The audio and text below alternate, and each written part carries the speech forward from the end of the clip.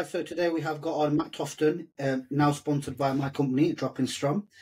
But right, let's get straight into it. Let's just do it. However, let's just do it. Let's not do it about, Matt, tell us about history. Fuck that shit. Let's just answer the questions. I think that's better. All right. No. Oh, we're not going to do that on Tofton. So how did it begin for you? What put you in the gym for the first time? Matt, tell us all what is the prime? What was the biggest thing you attribute to those amazing arms? Tell us the secrets. What would you say give you your most hard growth? It's turboject. Blatantly, it's turboject. You not use that? Yeah. Not yet. Mate, it's good. It's good stuff. I don't know. People ask me all the time, but it's the same as asking. You go and ask someone who's got massive legs, and they'll say, "Well, I just train it exactly the same as everything else." It's just one of those things that. Were they always that impressive, though? Have they always been that impressive? Like, did they grow up quicker than everything else? Because they seem to be fucking superly impressive the last couple of years to me.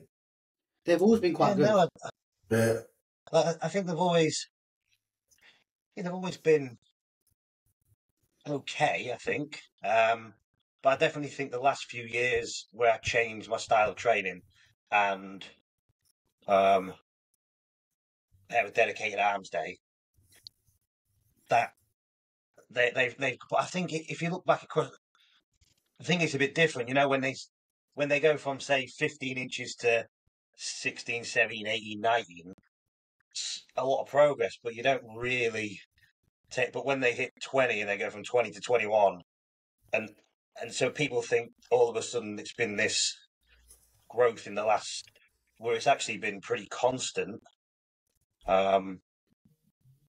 But yeah, I think they responded quite well early on, but I do think when I went to sort of push-pull legs type thing, and they do get a little bit neglected and left behind, and I also think when you're trying to chase strength progressions and logbooking with movements like a single joint movement, like a bicep curl, and it's a terrible idea. I think you miss out on something.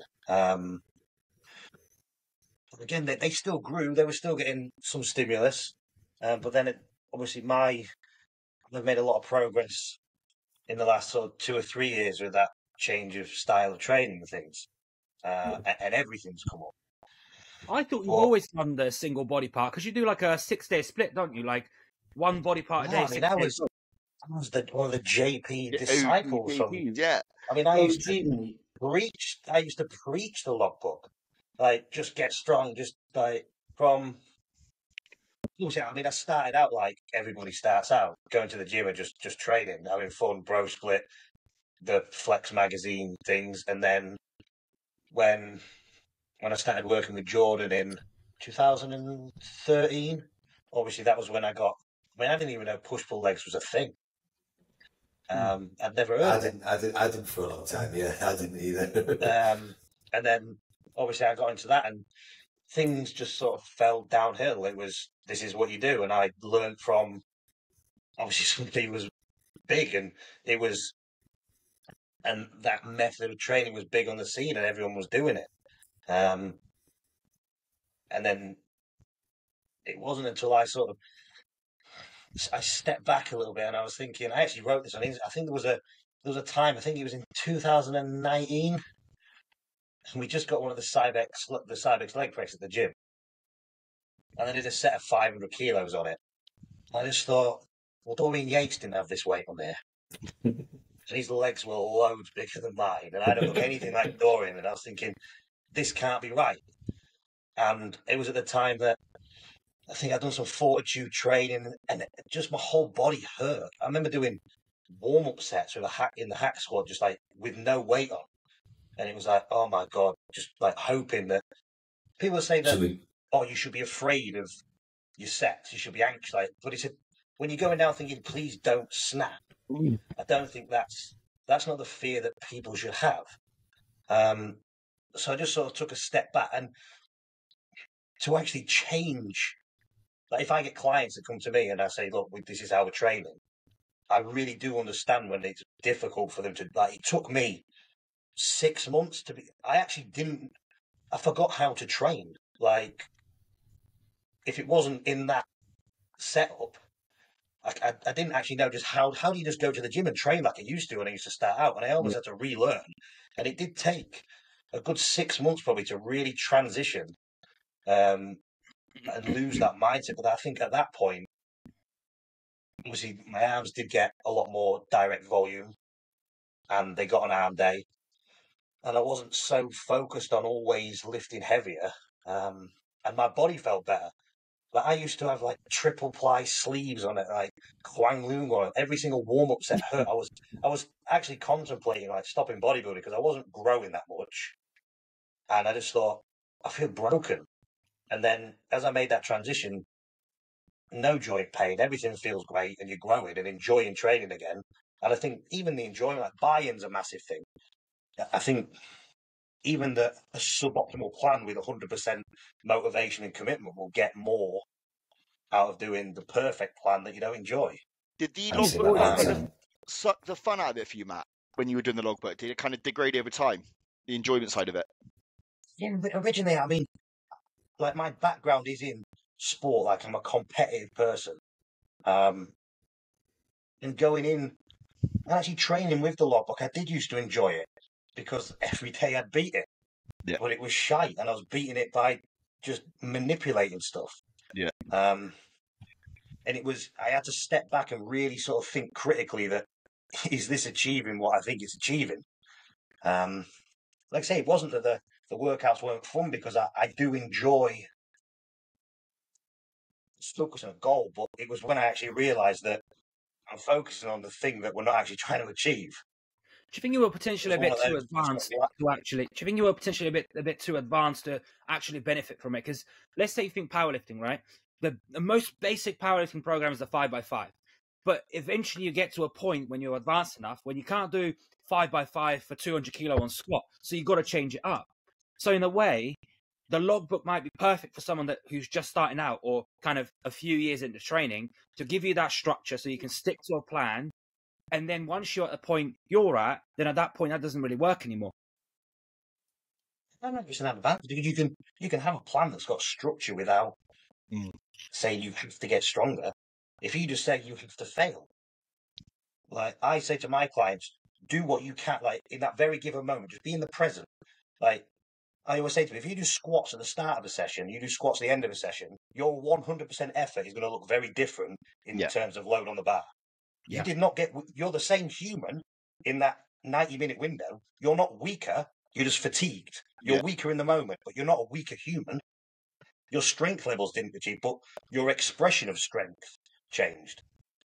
So I just say, in that very given moment, just put 100% effort into that set.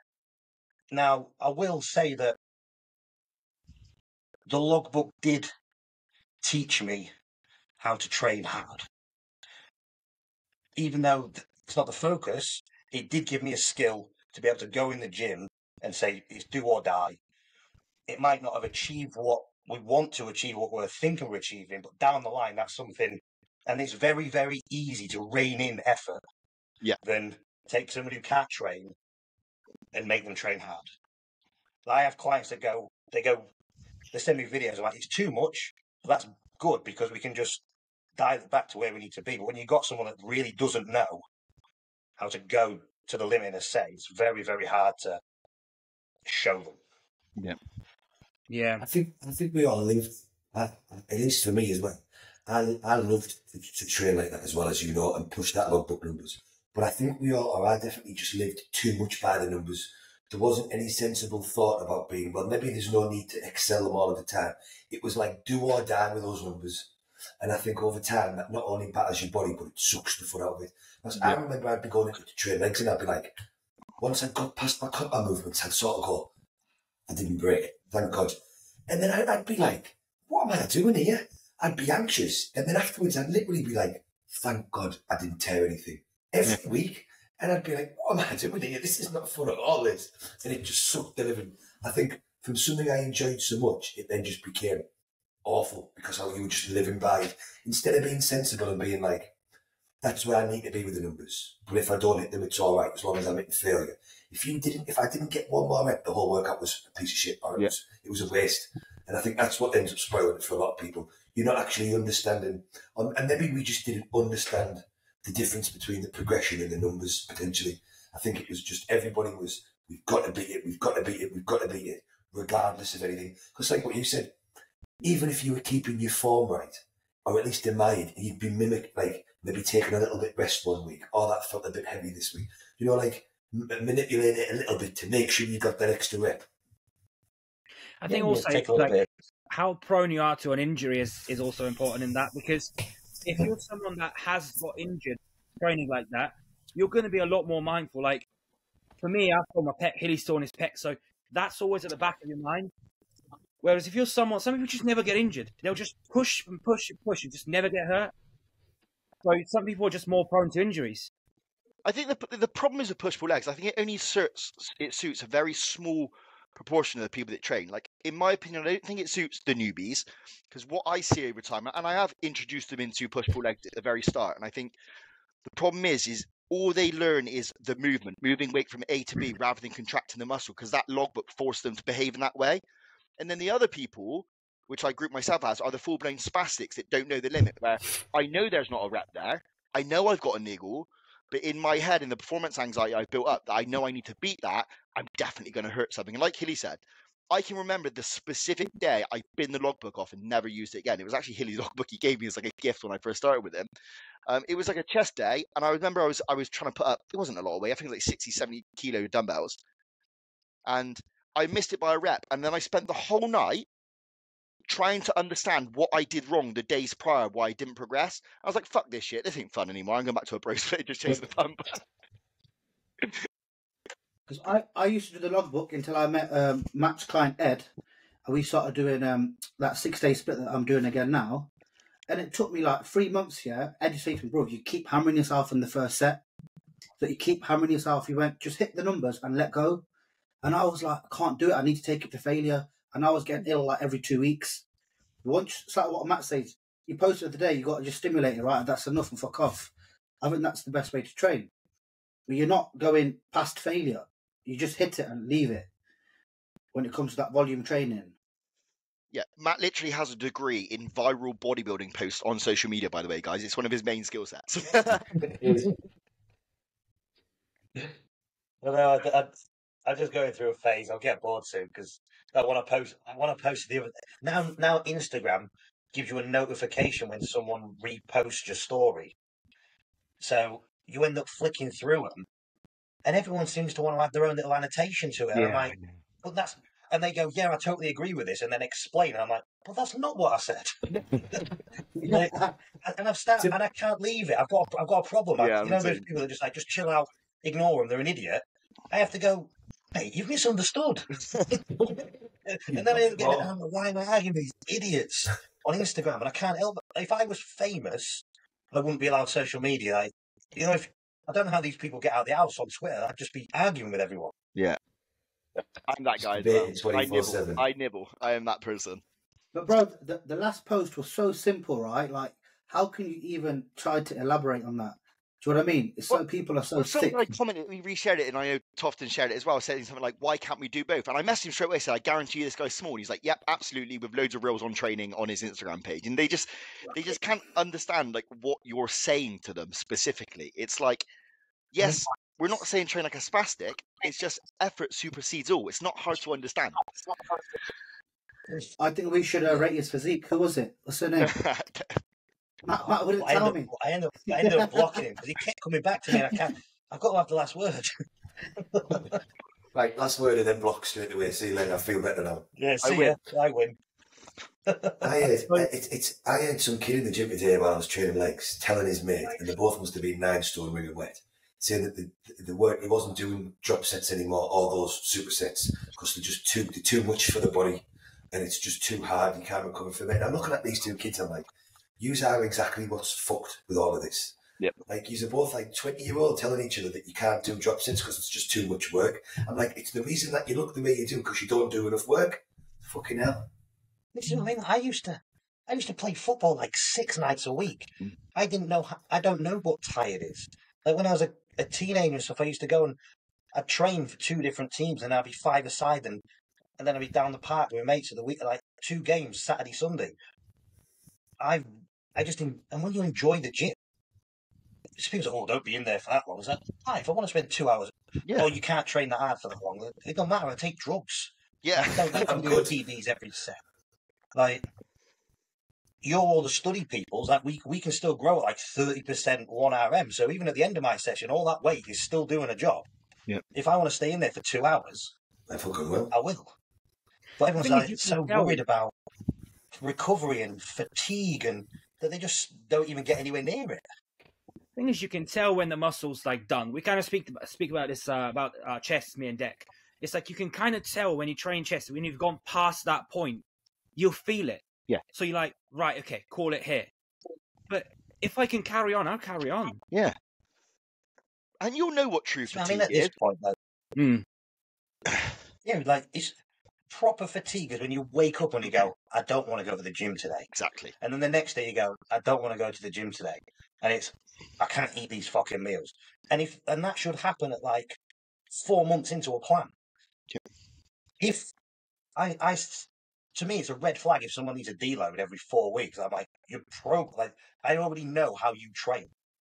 You hit failure and then you have a rest, or you get that close to failure and you rest between reps, then you get another one. And then you rest again, then you get another one. And then you rest again and get another one. And you literally just bury yourself. Yep. You're not burying the muscle. Like, the job was done. They're the people that go, or they just, I don't know. I think almost people start just to believe. That's it. Oh, I'm tired. I need a deload, because it's almost ingrained from social media that if you train really hard, you need a deload every 4 weeks. These people deload every 4 weeks just as almost like a badge of honor, and it's bollocks. But it's almost like if they believe that if they're not at 100%, that training session will do nothing. I'm like, are you fucking spasticate? Like, go to the fucking gym still. Like, true fatigue, like you said, and for me, 4 to 6 months is kind of where I really start to feel that. And honestly, I normally get ill. That's where my body, my CNS is a bit fucked. My digestion goes to shit. I feel exhausted in the morning. My sleep's not great. At that point, I know, right, I either deload for a couple of days, or I would rather just not go to the gym for 2 days. I'll take 2 days of rest, go to rest day food, stay mobile, and then come at the end of the week, I'm ready to go again with no issues at all. It's like deload workouts. I don't know how anybody goes in and does a deload workout. Like, and I've never gotten this around my head at all. If I need to rest, I just rest. Do you know, people go in and they're like, I'm going to cut my volume down in half. If I go in and cut my volume down in half, I just end up trashing myself for the same amount in half the fucking volume. Yeah. I did it the other week. I was like, right, I'm going to go in and just do half the work. By the time I was done, I was like, I'm fucked here. Like, I just find stupid ways of kicking my ass. And I know some people would say, well, you should just be more sensible. But I don't think doing a deload session, you're actually getting the rest you need. You're best off just staying at home for 3 or 4 days and occupying your mind with something else and letting your joints and your tendons rest. Because if you're still going in using the same load, just less weight, your tendons aren't getting the rest, your joints aren't getting the rest. Makes no sense to me. Yeah, like I plan in, if post show, like, I train, but I'll just do one work set because I know it's daft going in there and doing, but I don't feel fucked. But at that point, if I go, right, no, that's it, I will take a week off. But I normally plan, and if a client says to me, I'm absolutely bollocks, I'm like, that's your body saying we take a week off. Yeah. If not, like, I'll plan in, like, once we finish, if we finish like an off season, move to a bridge, I'll just say, right, do one work set because I want you fresh, or I just want a little bit of freshness, because they're not saying that they're fucked. If they are fucked, they'll say, you can't go to the gym. But I also then know how people react when you say, take a week off. And they freak out. So sometimes the psychology of people is easier to say, right, just go and do one work set, maybe leave a rep in the tank, still enjoy your training, don't be a div, and then next week you can just get back to full volume. Yeah. But I don't understand why people panic when they need to have a week off. I actually quite enjoy it. I go catch up on all things I need to do.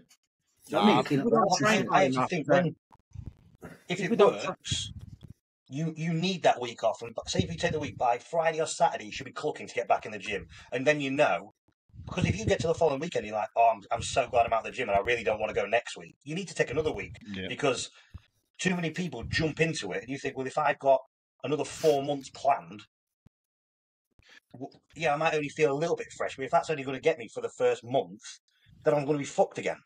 You have to be fresh and like almost like desperate to get back in the gym. And I think that's, your brain tells you all these things. You don't need to plan it or program it in necessarily. Your body says, right, it's time. I think realistically, the serial deloaders just don't actually enjoy training that much. They just like the idea that I go to the gym and I like the attention on social media. Fuck me, look at that for service, kid. What you got? Have you checked out? Check out the cream rice.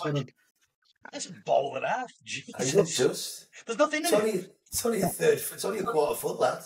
He actually baths in that later on. He cleans out, he jumps in for a bath. I'm sorry, Red. I'm sorry. Bro, I'm sick and tired of eating fucking cocoa pop. I'm sick and tired of eating fucking rice cakes, all that shit. I've gone back to cream of rice, bro. It's the easiest. That'll last about 2 weeks until your food's high, then you go back to cereal. Bro, I'm on 4,400 calories. That's a lot for me, bro. Yeah, Still I find cereal though tends to like fuck up your stomach. I find Don't you like it, Matt? Don't you like cream of rice, Matt? Don't you like cream of rice? No, it tastes like sun. That's because Strom don't make cream of rice, isn't it? If you make it good, you can make it decent. I reckon JP's got the best cream of rice. Yeah, well, I use this, and I used to mix a little bit in my ready brick, and that was all like a little half and half combo was all right. But look, I ain't got the time to be fucking around. Well, no, I haven't. Yeah, no special. I haven't got the patience. Not the one. Yeah. To be fucking around watching YouTube videos about how to make the perfect cream of rice. I chuck in for a minute and a half, and then pull it out, stir it, and then another 30 seconds, and it's done. That's the JP one. Yeah, I use rice flour. It costs me like a pound for a kilo. Yeah, but bro, that tastes like shit. Yeah, but I obviously put whey in it, but there's no no grainy texture to it because it's just flour. Look, you just whip that shit up and you're good to go. Yeah. Yeah, Bro, if Matt don't like the normal fucking cream of rice, or like the rice flour, it tastes like wank, bro. Yeah, true. Hey, that rice flour, if though, you get jasmine rice and cook it, then put it in a blender, then you get that's baby rice without the price. But again, I ain't got the patience to mess around. Thing is, even like just jasmine rice, cook it, mix in some whey, mix in some peanut butter, almond butter, whatever. Actually, it tastes really good. I do that all the time. Basically, rice pudding. Yeah, just rice pudding. I used to do that. Yeah. I'm well past getting creative with anything anymore. Me, I'm so boring. I remember in my previous shows, I'd be getting so creative with stuff, and now I'm so miserable. Everything's just the most simplest, easiest, boringest way possible. Just can't be asked at all. Yeah, but Hilly, your cheat meal's a fucking chicken salad, mate. Like you're not that guy. Chicken tortilla, bro, or food thing. Chicken wraps all around. Yeah, I'm just saying, like, if I can't make a meal in less than 15 minutes, I'm like, nah. Yeah. These people that make, like, overnight oats, I'm like, what, you gotta make them, then wait overnight? Or, like, I'm making these cookies. Well, how long? No, you gotta wait 6 hours for them. Like, I want the food now. Like, them people with the cream of rice, what they'll do is they'll make the cream of rice, and they'll make the whey separate, they'll pour it on top. I'm like, that's just so long-winded. Like, dirty up about 5 fucking bowls. Forget that shit. Oh, yeah. It's only like tail end of prep. That's when I start doing that shit. At the tail end of prep is where I'm like, I need something sweet and tasty. And then they'll freeze their cream of rice and all that shit. That's me. That's what it is, dirty bastard. Look, it looks like a cake. The layer it done. It's got a layer of this on and a layer of that on, and then I'm like, no. That was like Dan Bastic. He was trying to convince me that's like the way to make it. I'm like, bro, I can't be bothered to fuck. Like, he gets like really creative. He's like, right, this cream of rice with this whey and this almond butter. I'm like, nah. There was one prep where Deck was doing the baking powder shit in the protein. I started doing it and I got the shits. And I was like, I got a stomach still, bro.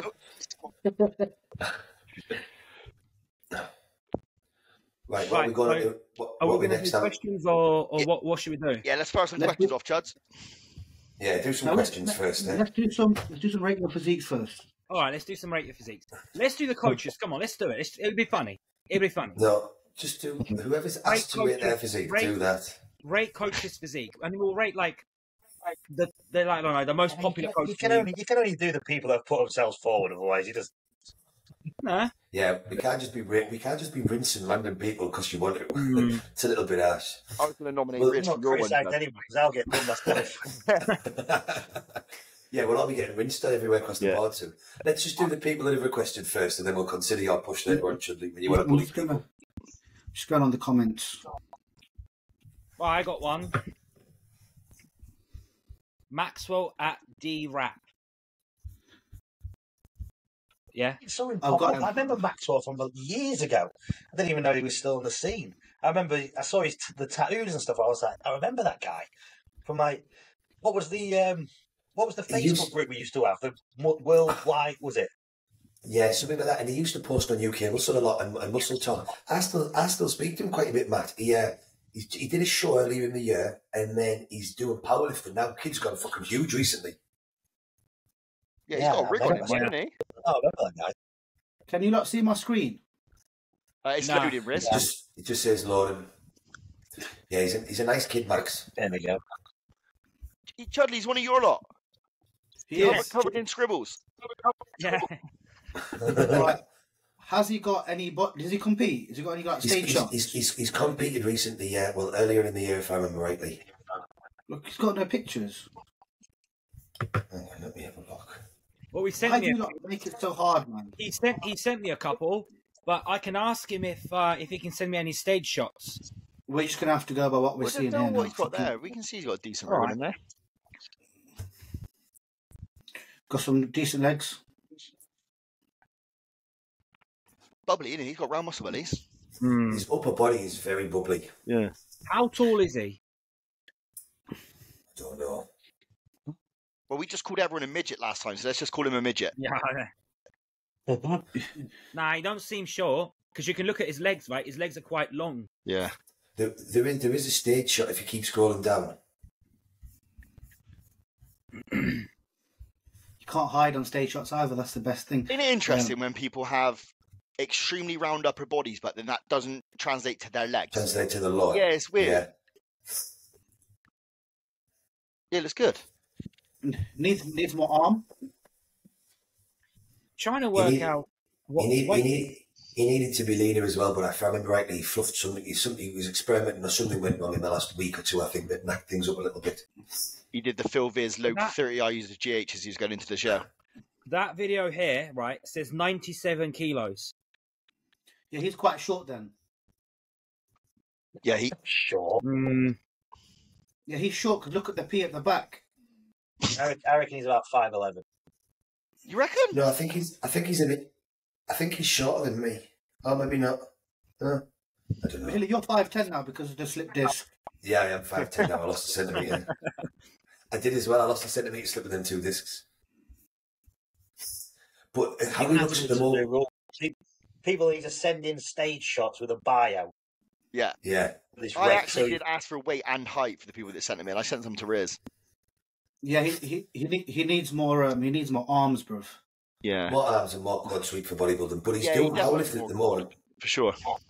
Or is he one of them hybrid athletes?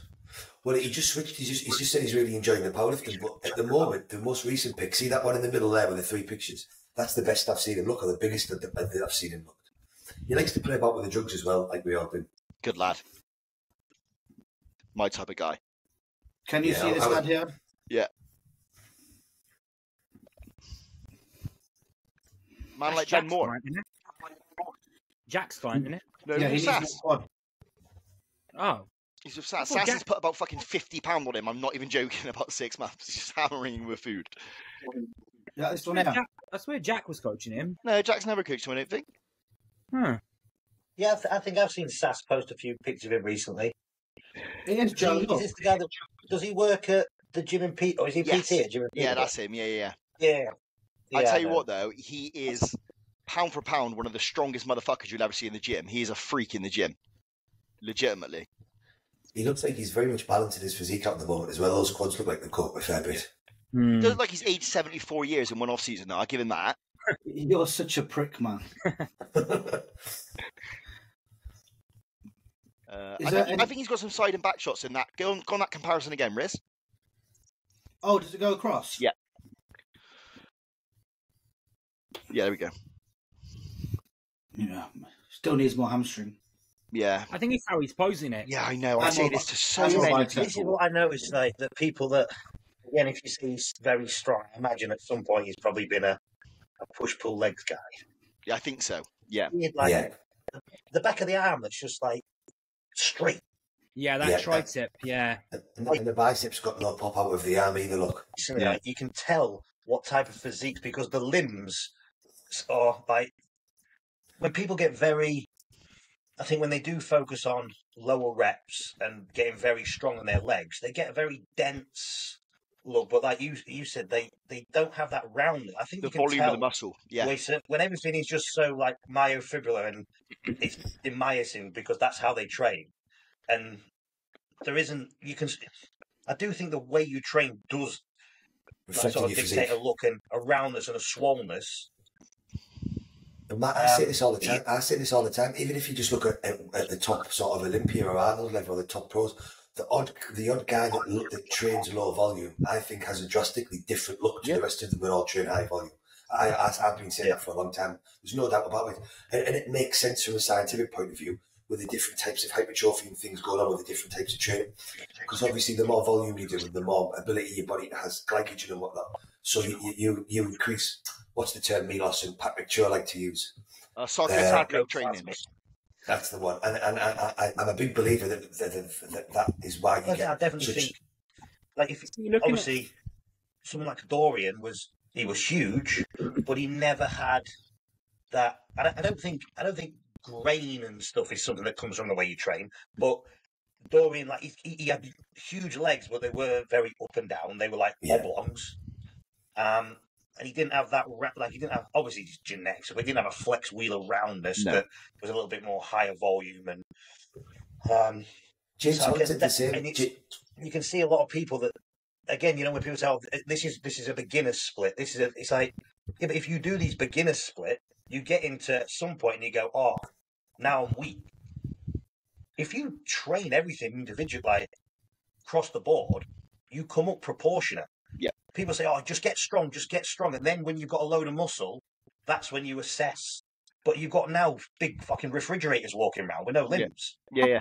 And they're missing out on, and they go, oh, now I've got to spend 2 or 3 years relearning and retraining myself to now bring up lagging arms. Like, we're all blokes. Since we were 10 years old, the first thing you ever see were arms. Yeah. Arms were cool. Everyone wants massive arms.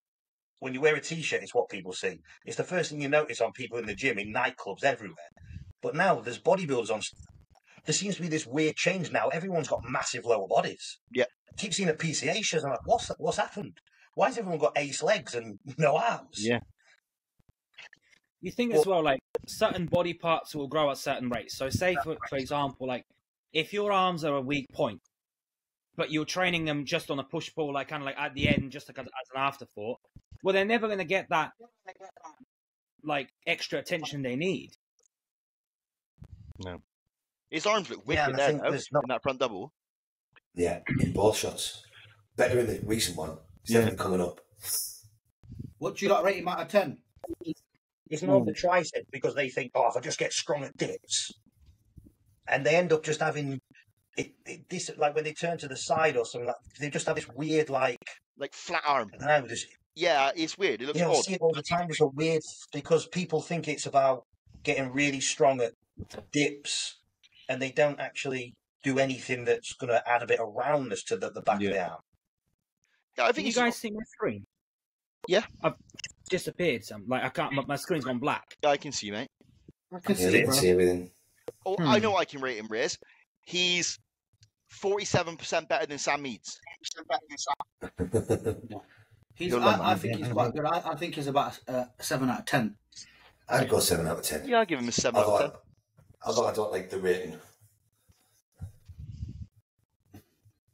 Matt, what do you rate him?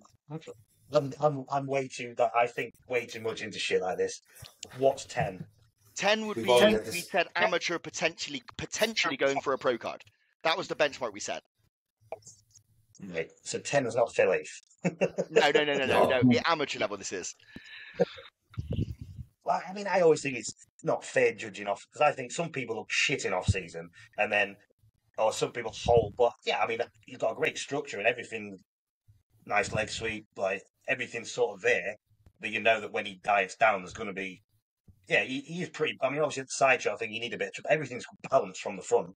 Yeah. I think he really needs to change the way he's posing his hamstring for sure. An off-season picture.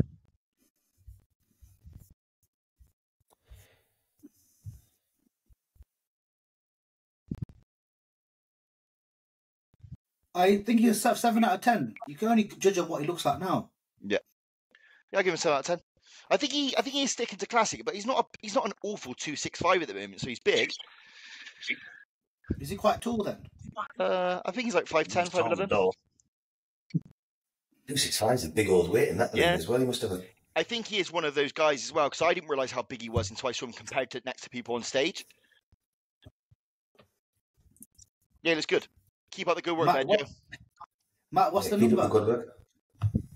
For me, They give him a number. I think he's good. I think there's a lot of potential there. So, yeah, 7. Oh, go on here. You're close there, Judge, to the screen, kid. Anymore? Ah! Yeah, I don't know. I've got to do it on my phone because my fucking laptop's gone spastic. I love that word. I think this lad's brilliant. He works with Jace. Trying to get some proper round shots. He used to be fat as fuck. Yeah. Yeah, this kid's good. I know you're on about. It's in his shower. It can't be that I big. think He's so. hit the most muscular in the shower. He ain't that big. I've never seen him in person, but he looks really good in his pictures. Yeah. He looks fucking huge there, but that is the mirror tweak. Yeah. He has got a gnarly side shot. Yeah. His legs are good. This guy just picks people as, I'm just going to pick this small person, stand next to him. I'll stand That's this why I guy hang around with Riz. And now I'm going to get in my shower. I'm All of trying his, to get it. he's literally got a yardstick for all of his products. He definitely knows how to play the angle game, doesn't he? Definitely. Yeah. Oh, he's doing the old Patrick Shaw trick. If you post a really small, short photo of yourself next to a big one, you're drawn to the bigger one, and you think, oh, he's big. But you're comparing him to him. He's That's got a some good trick. trick shots though, because he's won a couple of shows. That's Fine. good progress. Yeah, really good. Yeah, there you go. Wow, that's impressive. It's mega, that, isn't it? Because that's not bodybuilder fat, is it? That's fat. That's fat. Yeah. Yeah. Yeah, and considering his skin looks so good now and so thin from there, is impressive. Yeah, and that look on the right's fantastic. Yeah, he's bubbly. That's what you call Pakistani food, mate. What it does to you. No, but look, Jay's ain't exactly a small guy. Jace is fucking huge, mate. Yeah, so he's a big kid then, isn't he? He's a big kid. Yeah. He looks I think pretty if fat. anything, It's really his good. legs look better. His legs look better when they're kicked out there, but he could definitely do with some more quad sweep to balance out that upper. But that would be the only thing I could see to pick at. Back's good as well, to be honest. His back is good. Yeah. He's got dense legs from behind, man. Good glutes. Yeah. Hanging hams. Yeah. Yeah, he's good. I think that guys that started off fat, they always end up bigger than the guys that started off skinny trying to build up. Why ain't I fucking big then? I was just going to say why I should be bigger then, because I was a right fat That's motherfucker. because yours was just great, Riz. Yours is great. Between the front. It's quite impressive, yeah. It's quite impressive, man. I like his Yeah, physique a that's a great side shot. Yeah. I'd give him an 8.5 out of 10, defo. Yeah, I give him an 8.5, 9.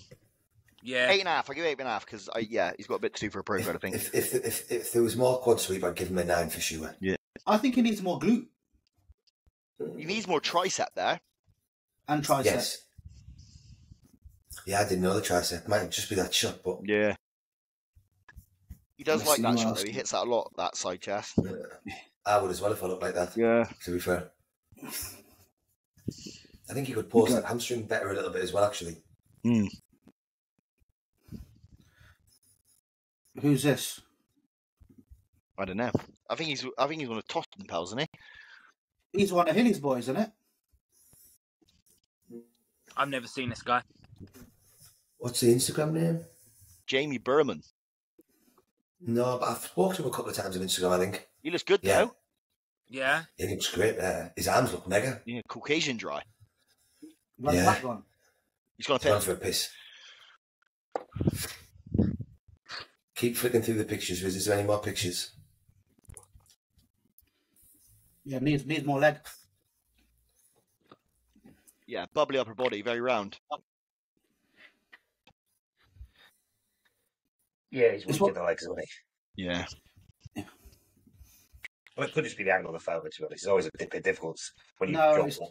Oh, no. definitely He's legs. weak in the legs. Yeah. I don't think he's weak in the legs. I just think All he needs He's is some absolutely good. adductors. Yeah. If you give him some adductors, his legs would look 3 times the size, but Yeah. there's just a big gap there.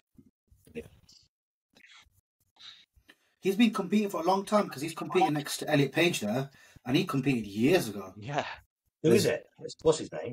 Jamie Berman. That is that the first. Is that the PCA UK Open, the first one in 2015? Yeah, I'm sure that's it because Elliot Page is there, and that's the old.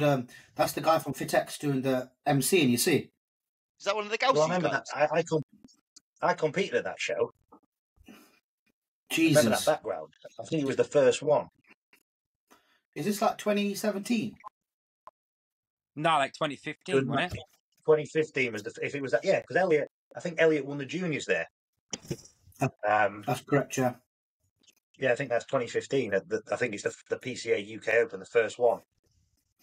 Because he's now the posing coach there, isn't it? And then he judges as well. That's a story of different nature. Ryan Alexander was bringing everybody up, trying to get him to do it, and he rang Neil and was like, "Oh, to come along." And then I think ended up everyone turned up. Carl Jolly won it, and then he won the Mr. Universe like 3 weeks later. His upper body's wicked. His upper body's proper good. Yeah, I like his midsection. He's very dry, isn't he, for the midsection? Yeah. My man's on the daily Diazide diet. I'd give him a 7 out of 10, 6.5 out of 10. 6.5 for me. Bit too straight up and down in the legs, and I think a bit disproportionate from the upper body. Looks wicked, I though. agree. I think if he brought his legs up, that would make his stomach look smaller. Yeah. If he had better legs here, he'd be fucking brilliant. Yeah. Oh, he'd be 7.5 to 8 out of 10. Has he just won the British Championships? Is that the UK BFF? Yeah, congratulations on the win. Fair play. You're lucky Sugars weren't judging it. He would have definitely let one of his clients win it.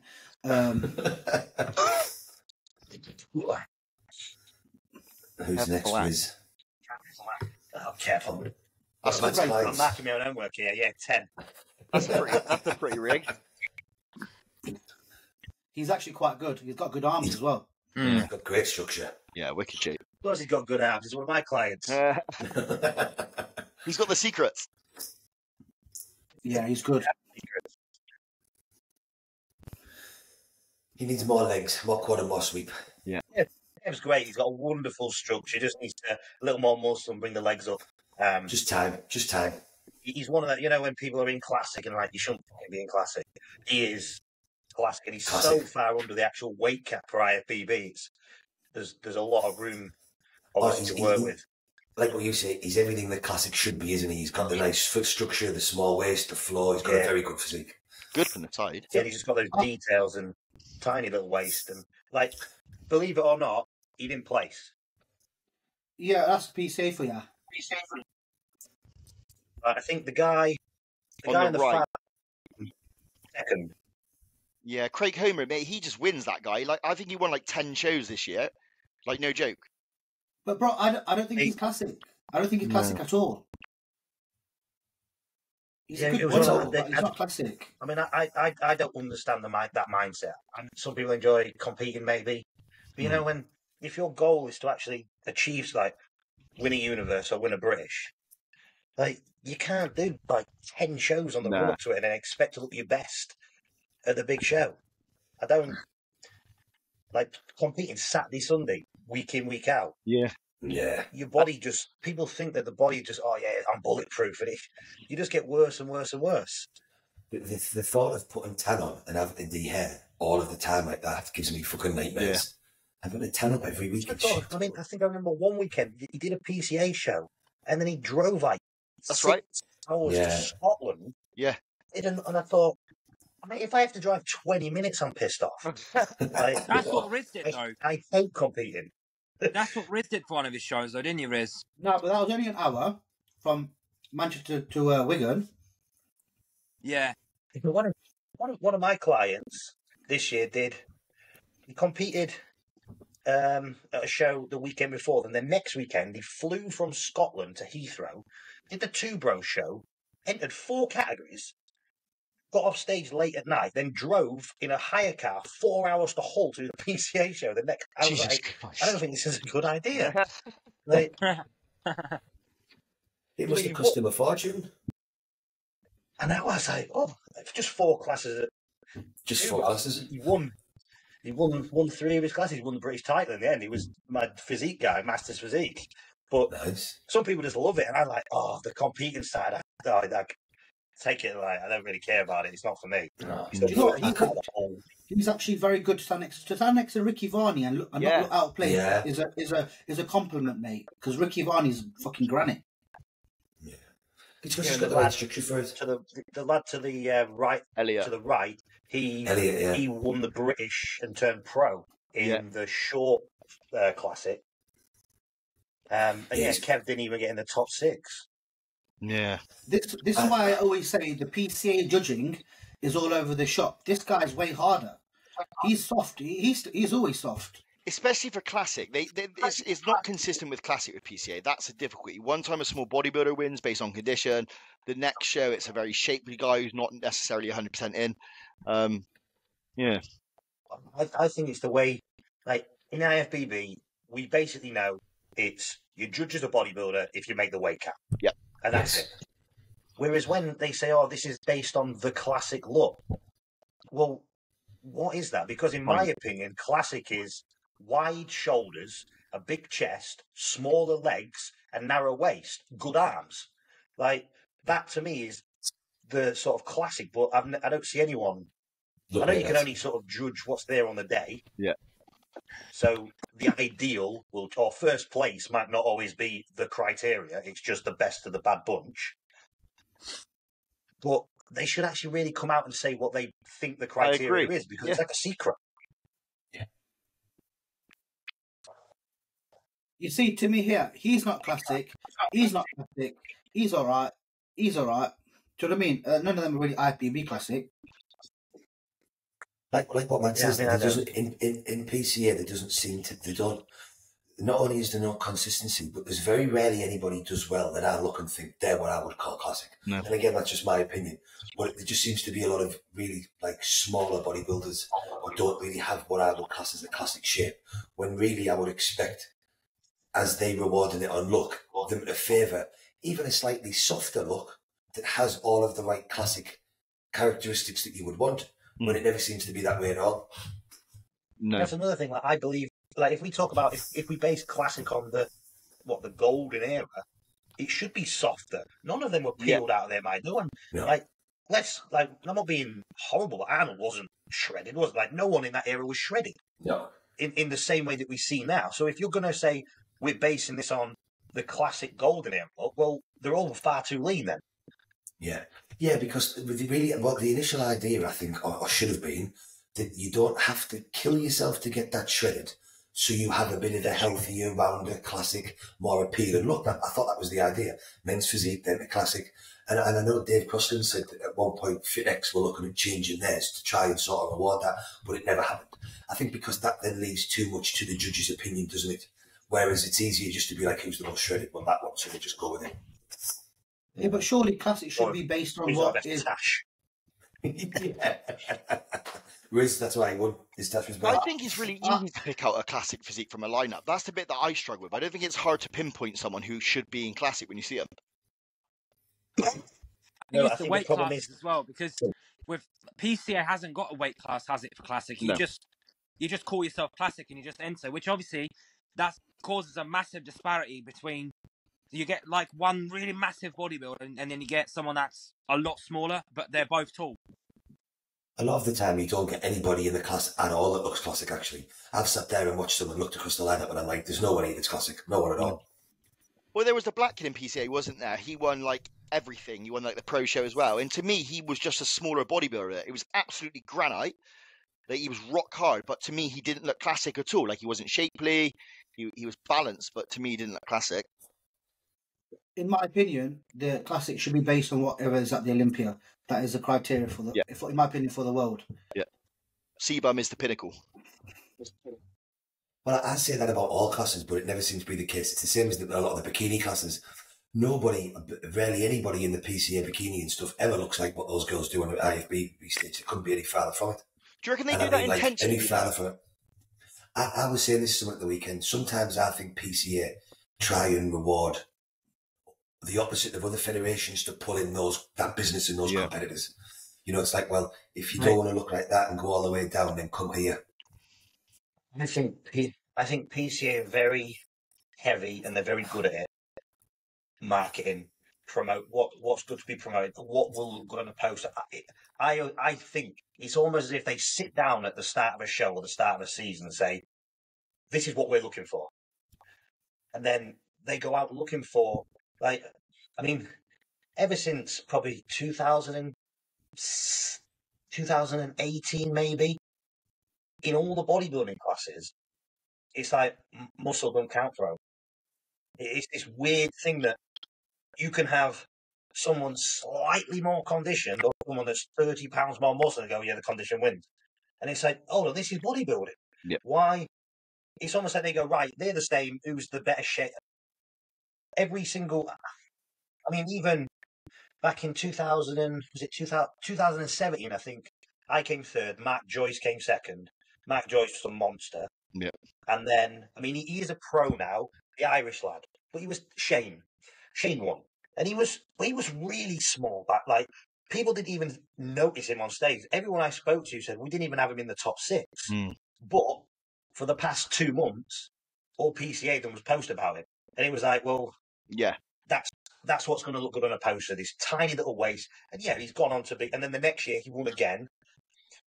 But it's almost like they don't want to put an ugly physique on a poster. It's the same in their men's physique. I've had clients that have come like 4th and 5th at the Arnold UK in a lineup of 30. And then they've not even got a call out. They've not even been in the first call out at the PCA, and they've been beat by kids half their size. Like, you know, the complete opposite look. Guys that have won overalls at 2 Bros, guys that have been, like I say, placing at the Arnold in stacked lineups of 30, and they haven't even got in the first or second call out sometimes. They haven't even got a look in. And it's like, how can you be 5th at a fucking Arnold and then not get a look in at a PCA? Yeah. It's insane. And everybody in that first call out was half the size of all of the rest because they're going for a more marketable look, shall we say, that appeals to the masses. Bro, look at sometimes when someone doesn't do very well and people turn around and go, oh, you'd have probably done better in a pro show. I said, what the fuck does that mean? Like, no. Why would I have done? Why is what do you mean my look is more suited to a pro? Surely it just moves up on a spectrum. Yeah. You're amateur and then you turn pro, but it's almost like it's judged. Oh, we're judging the amateurs with a different criteria because they're not as good. It shouldn't. If it's in the same federation, I've seen it loads of times saying, "Oh, you were a bit too hard for this class, but you'd have done really well on a pro stage." Well, why the fuck did you win a pro card? Yeah. Yeah. But that seems to be very apparent in the 2 Bros bikini classes and girls classes. They seem to reward a much smaller, less trained look at an amateur level. But the girls that you see as the biggest, they look drastically different to anybody you see on a pro stage. I've literally been sat there at shows and I'm like, well, I would have expected her or her to win because they look like when I was just watching at a pro show or a pro qualifying with girls getting a card. That girl looks half the size and nowhere near. And it's like, they're rewarding something completely different. Yeah. Well, look at this weekend just gone here, yeah. My boy was inside out sliced, yeah. I'm not even being biased, bro, yeah. Even fucking people that I don't like come to me like, bro, your boy was peeled. How the fuck did he lose? I was trying to keep my cool at the show because I was about to get pissed off. I mean, one day they're rewarding the guy who won was fat. I mean, lot of bullshit with PCA. Yeah, and I always find the feedback about PCA is like so generic. Like I feel like there's no thought to it whatsoever. It's like a copy and paste. It's like you've got great glutes. It's like copy and paste. You have no ass. Like one of my clients got told he had amazing cast. The kid's got no cast. Like what are you talking about?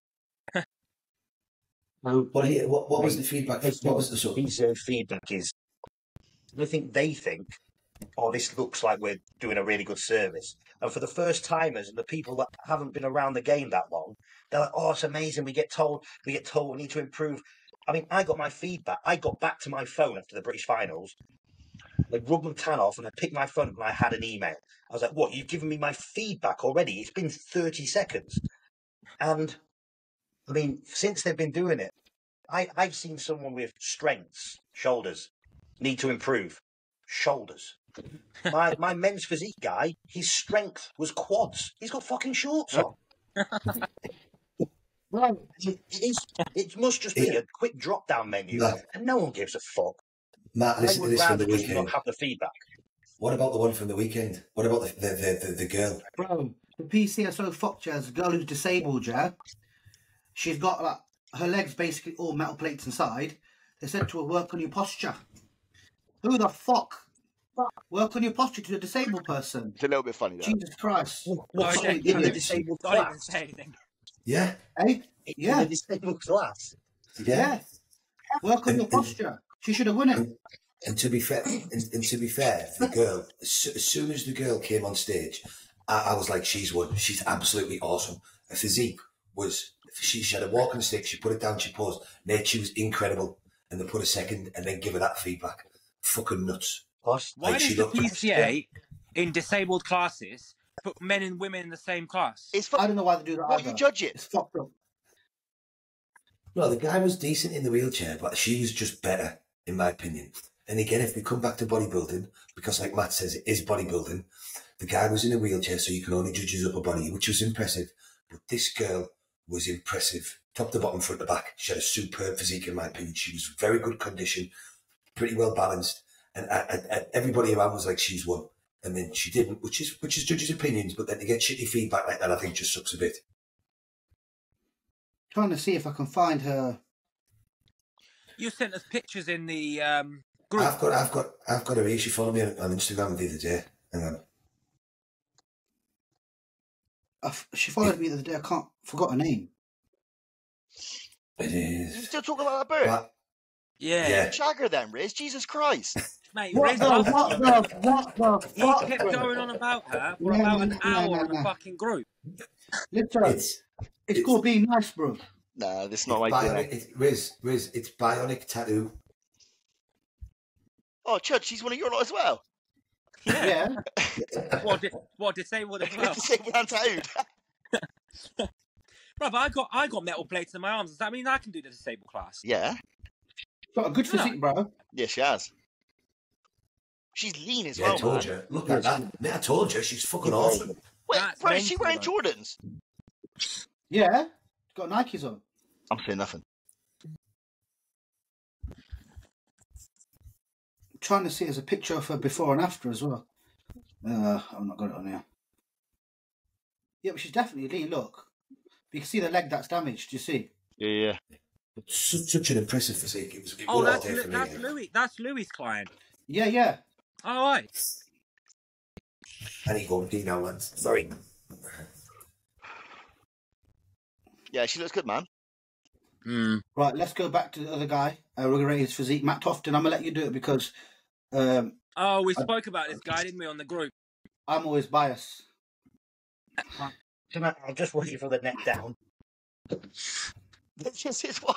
Actually, those pictures, those other pictures on the main page, you know, he's doing that. Like that. That's a very nice structure. But it's one that these are the ones that I can't get my head around because when I see that again from the neck down, it's what's he doing? Honestly, if he put glasses on, he'd be arrested for killing and raping young black men. Like, he is Jeffrey Dahmer's brother. I'm sure of it. But I think he's got all the structure there to be really good. He needs to add the sides. Just muscle. Yeah. He's one of the people that, you know, that you see on Instagram and you think, wow, everything's there. And then when you do see them in person, they're absolutely minuscule. But if we're talking about shape, it's there. It's just that weird, I don't know, it's this, you know, where people pull their pants up like this and they've got wicked like lads. Pulls his pants up, you got done on it by Fuad. Do you know what it is with this guy? I think, Sorry, go on, on Matt. Instagram, if I look at that, I go, that's a good physique. In my opinion, if I saw him in real life, I don't think I'd be as impressed if stood next to someone. But that he's got the time to bring it up. If he can add a load of muscle and keep that structure and that shape, there's a load of potential. He's got some really nice muscle bellies as well. Like, He's got very round pecs. Like everything pops nicely. He does need more legs, but like it's just a case of just more tissue. Yeah, if you literally just zoom that up or like took it up in proportion, like there's a really good physique there. Do you know? I think that's kind of what classic is. To the point, you're not massive, but when you hit the shot, everything pops. Yeah, but Chris Bumstead's 250 fucking pounds on stage, man. Peeled.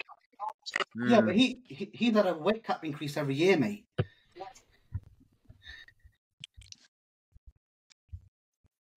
I thought Chris was. Yeah. Is he? Shall we go to questions now? He's about 6'2", 6'3", though, isn't he? Yeah, he's a big dude. He's definitely a cool guy. Questions, yeah. Let's do questions. Let's fire some questions off. It's all right.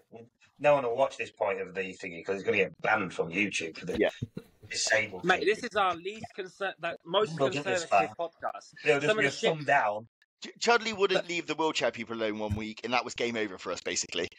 Some of the shit we kind of say on here, fuck me, but we've been quite good. Well, today, yeah. We want to be like when we got a guest on. We want to act professional, appropriate, inclusive, inclusive. Inclusive. We could have asked you your pronouns before you joined, Matt. Chuds, what's the questions at, bud? Mate, I can't open questions now because I'm on my phone, aren't I? Oh, savage. Riz, did you put a post up?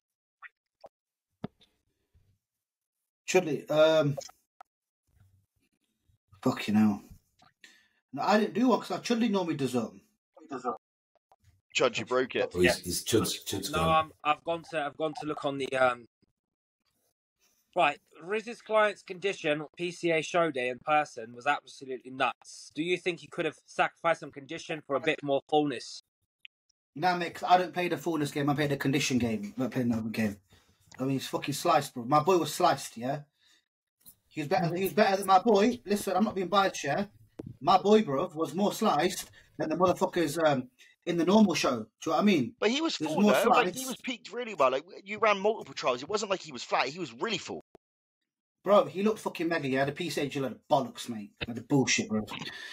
What it likely was as you know as I do and your client does, his posing wasn't great. Bro, listen, when my boy turned from the back, yeah, there was a destruction, mate, on that stage, bro, yeah? Even Sean Barber come up to me and he goes, bro, your boy's sliced. Any more, he'd probably die. I was like, I know. So in that term, he should have just won. But I'll leave it until next year, so when we come back bigger. I thought we looked great, Riz. I think you did an awesome job of peaking him, so props to you, kid. Listen, bro, I'm very invested in it. He's one of my first clients, so I hadn't noticed, mate. I hadn't noticed. I noticed, yeah, we haven't realised. It's classic Riz. You've got to bring race into it straight away, Annie. You've got to stop playing a victim, bro. Yeah. It's 2023. Well, did you see who I lost to, mate, at Manchester? I did. Did you see who I lost to at Manchester? I was there. Yeah, did you see who I lost to, bro? Yeah, gay dude with no legs. Yeah, but no, bullshit, mate. That's why I'm stick to the two bros. Should we do a march outside the next PCA? Peaceful march. Listen, end of the day, I'm allowed my opinion, yeah? I like bodybuilding, I like to see condition, and obviously they're not rewarding that, then that's fine. I'm still going to go do one of their shows. Go on, next question. You got one, Deck? No, I didn't put a post up. I did the rate your physiques. Oh, I thought you did. Right, okay. It's all on you, Chuds. PCA and inconsistency in judging of trained bikini become a popular contest now. Thoughts? Really watched. I won't lie. I don't follow the females as much to really have an input on it, to be honest. Yeah, I literally have no input because I just don't give a fuck. So I don't really care for the bikinis. So I can't. What was the question again? The disparity between what? So the is it a popularity contest? Inconsistency in judging. Is it a popularity contest? Matt, do you have any thoughts? Do you even watch bikini? Like, do any of us even watch? Like, no. I do. I do, so I can answer it. But I'll let Matt go first if he's got any thoughts.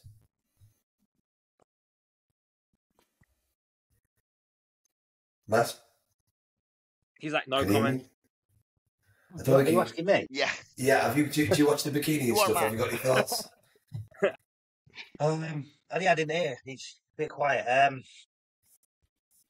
I don't really like the bikini, I'll be honest.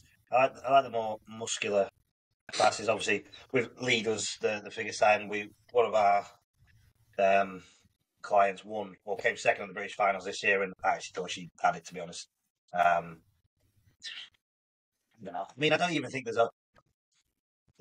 a bias towards certain coaching people. I just think they just have the monopoly of all the clients. So they're getting as many third place as they are first because they're in the top. It's 1, 2, 3, 4, 5, and 6 or whatever. But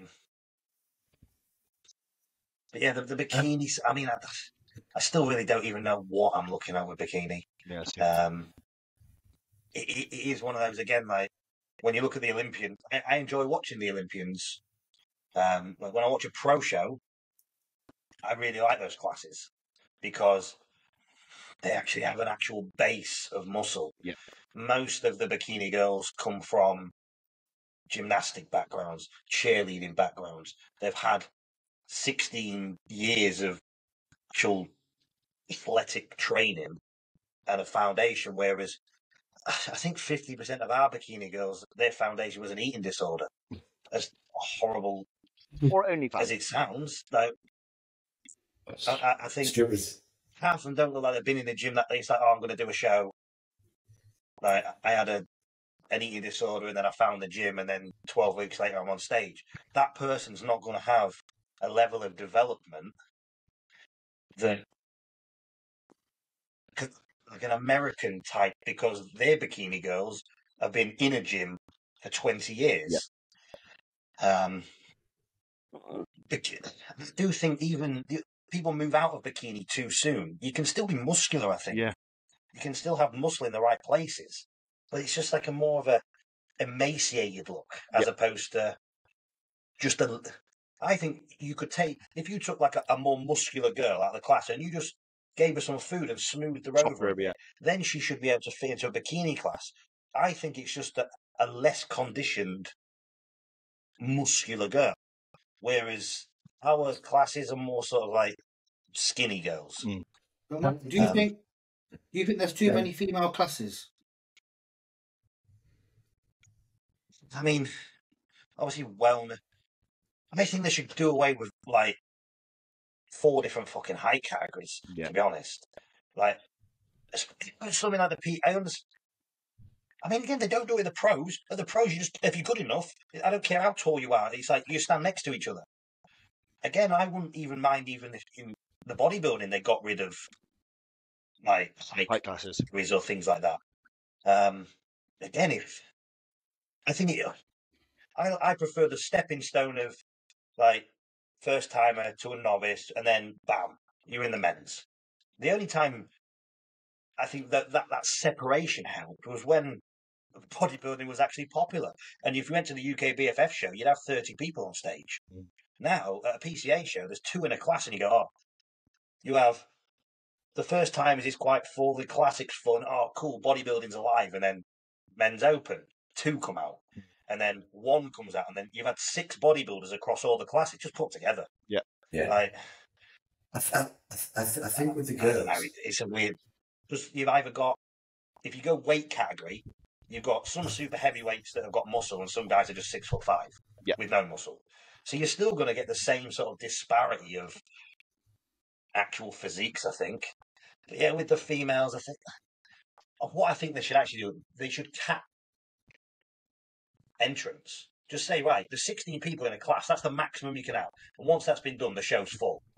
Because I think it's important when 30 bikini girls that come out and the only thing that looks different is their hair colour and their bikini colour, it's very hard to even sort of judge. And I just think, what are we looking for? And it normally then comes down to that the average look on the stage seems to dictate the criteria. You can have one girl and she stands out like a sore thumb and she's unbelievable.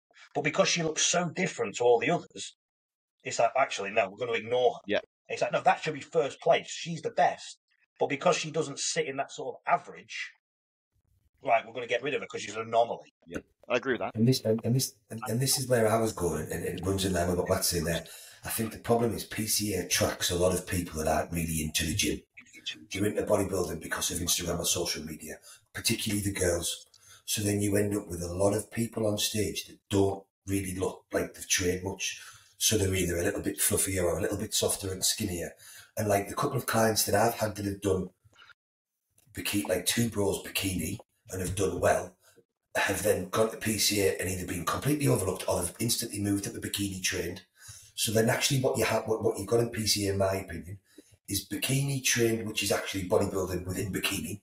And then you've got bikini that's just lots of girls that don't really train or haven't trained for a long period of time, that are just different levels of body fat. And like, don't get me wrong, you still see some very high quality, in my opinion, bikini girls at PCA. But in general, there's that huge disparity because sometimes you've just got loads of girls and no one's really in shape and no one looks like they've trained. And then sometimes you've got the odd one that can then either get moved to bikini trained or overlooked.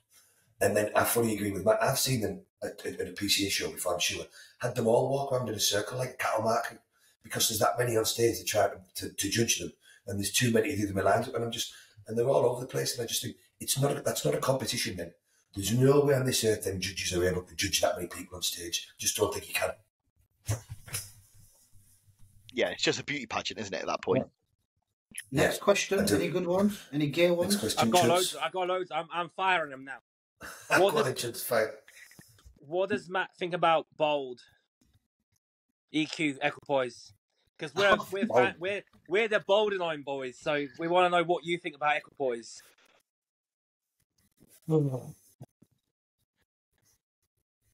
I think it's in terms of bodybuilding, I don't really think it's got a huge place because I think a lot of bodybuilders obviously have like phlebotomy issues, and EQ's going to drive that. So you've got guys giving blood every 12 weeks. Every time they get their blood work done, their hemoglobin, their hematocrits through the roof. And then using something that really accelerates that, not that great. Again, like, I think if you're someone that possibly that aromatizes very heavily on like a low amount of testosterone, it can be sort of exchanged. But then you have certain people that, like, the whole sort of original thing was that Bolden would aromatize at sort of 50% rate of testosterone. So if you take 300 milligrams of testosterone and you have too much estrogen, you go, I'll just have 300 milligrams of Equipoise instead. Get slightly better anabolic effect and less estrogen. But then there's some people that, is it ADD, the metabolite? Is it ADD? Like a metabolite of Bolden, which, depending on who you are, it can literally put your estrogen through the fucking floor. That's like Illy, yeah. So you have some people that just all right, they'll just aromatize slightly less, and some people have this ADD that will suppress some estrogen. But I've seen people on 1,500 milligram of test, 500 Equipoise, and their estrogen is below range because they respond so sort of hard to ADD, and then they've got. So again, I don't think there's a drug across the board. This is where experience comes in, and just taking drugs across time. Like, right, I know that I use this drug because I get this from it. It works for me. If you're someone that's got very, very low hemoglobin, use fucking Equipoise because then you're going to get the advantage. But something like, especially before I got my APAP that suffered from sleep apnea, I was in the hospital with hemoglobin of 200 plus, having bloodlets every week. Yeah. Because sleep apnea and things like that were pushing and I couldn't control my hemoglobin. Now it's under control. I've actually considered possibly using Equipoise because I do aroma, like, even on 300 milligram of testosterone, that my estrogen levels are high. So for me, it would be a possible substitute, like totally, or half testosterone, half Equipoise. But I think Boldenon's got a much better place in something like cycling and where you're going to get that elevated red blood cell. I think it's better drug for endurance sports. But again, everyone reacts a little bit differently to a certain drug. So what would you pick rule. Primo over Bold, or what would you if you had to choose between Primo or Bold, what would you pick? Well, I don't think they're comparable drugs. They're two totally different. In a way, drugs. that's because loads of people love to use Primo now for managing estrogen. That's the thing now, right? But then if you can use Masteron is the one that traditionally controlled. Primo is supposed to be estrogen neutral. However, Primo makes me feel like dog shit. It crashes my HDL, and I never really used Primo. I never got on the Primo train until a couple of years ago. And the first time I used it was on a bridge, and I felt like dog shit. And it's actually the first time that somebody has brought my. I felt awful on it. I don't use it anymore. I prefer Masteron. But most people experience that Masteron is the suppressive one. Yeah. Again, Boldenon's not supposed to be suppressive. It's massively with some people. Certain people get the metabolite that it is. So if you're, it's one of those things where you have to find out, like, take What it. works best for you. Go, right, I can or cannot use, or I can use it for this purpose, or not use it for that purpose. So for you personally, Matt, what's your kind of go-to off-season setup then from anabolics for you personally, in your experience? What now? I'll have testosterone around 300 milligram, a decentish amount of Masteron, some DHB, and Tren or Trestolone. I like Trestolone. But for me, like DHB, one of is DHB. So obviously you must rate DHB. But I want to know a little bit as to why, because I know I was speaking to Dan Bassick about it, and he really rated it. He tried it. I think he got the idea from you actually, and he said he got a really good run with it. That's one drug I've never used. Well, it is Boldenon, isn't it? The reason it's methylated. The reason I like DHB is because it maintains insulin sensitivity like nothing else. And my biggest limitation is maintaining insulin. I think that's the one piece of the puzzle that over the years, when I used to prep, I used to get to a certain sort of point in prep, about 7 weeks out, all of a sudden my weight would not drop and I would just get leaner and leaner because I'd start growing. But then if you could stay in that window, it'd be nice, but then you've got to drop food too much. Post-show, when I used to rebound, I would get amazing results for a very limited amount of time. And then probably a third of the way into an off-season, my physique would just go to shit. And it was like all the progress would stop and I would just get fat. And the one thing that was missing was that maintenance of insulin sensitivity. And then since I religiously used metformin and now found DHB, it's like I can just push the carbs and there's no skewing of like composition. At first you feel like, and also once you start getting fat, you just keep adding fat. I didn't notice it. My last off season, I finished it lean, like shredded, for the end of an off season for me, lean. And I was 275 pounds with abs, and just that small amount of DHB was almost just like that missing piece of the puzzle. So I don't use loads; it's literally there just to prolong or prevent any diminishment of insulin sensitivity. And for me, it works like a fucking dream. So that's just there, like a. So how much? When you say a little bit, how much is that? Build and peak at 200 milligram. Okay. What pathway? How is that controlling insulin sensitivity though? How is it doing that, DHB? Well, all anabolics do, but DHB just does it very, very well. Yeah, it's crazy though to that level. Like for me, obviously, I would just look to deploy like a basal insulin Lantus or whatever instead of going down that route. Do you use Lantus? Fuck yeah, I love Lantus. Matt, what lab DHB are you using? Is it painless? What? Sorry, what? What brand, what lab of DHB are you using? Does it sting? Honor. Right. Is it pain-free more or less? Yeah, I mean, I remember, was it Tony Hughes? Was it Tony Hughes? Like, there was a bit of a resurgence, like, DHB's been around for ages, and then it sort of got repopularized. I think it was 2016, everyone was talking about like DHB again. That it was the new kid on the block and everyone's... And I bought some, and I was like, oh, he's pippy. And whoever I got it, I said, oh, what do you... And it was like, oh, you need 600 milligram a week. And I was like, right, okay. So I did 3 mil in my right quad on a Monday. And I did 3 mil in my left quad on the Thursday. By the Thursday, my right leg was getting a little bit sore. And then the following week, I mean, I was very, very lean at the time. And there is a picture somewhere on the internet, I'll try and dig it out. that goes through a timeline of like day 1, day 7, and by the following Monday, my whole right leg was just one big smooth ball, and the left leg was going. And then about 5 days later, I just had 2 big fucking quads that were just smooth as I couldn't walk. I couldn't move. And then after about 3 weeks, like the right leg then died down, and after about 3 weeks, the left leg, and I was like, I ain't ever touching DHB ever again in my life because that was not worth it. But then, since obviously I speak to Broderick a lot, and we spoke about and he was like, DHB is so potent and powerful, like 50 milligram a week is massive. And I was like, I just banked 600 milligram in. And then I heard about, obviously, then I was like, it sounds really appealing again because I only ever did 2 shots and then just called it a day. But then I used the Quanta stuff, and it was at the time I was mixing it with like a little, like something else in there, so it was pit free. I didn't really get any pain from it, little bit, but nothing to write home about. Just the normal. And that's when I just noticed that, like, I just didn't get fat. I pushed counts higher. I'll tell you what, I don't know if you've ever sort of found that, but a client of mine, I put him on a little bit of DHB, and we mixed it with Equipoise, because my thought was, well, EQ is what is comes in liquid form.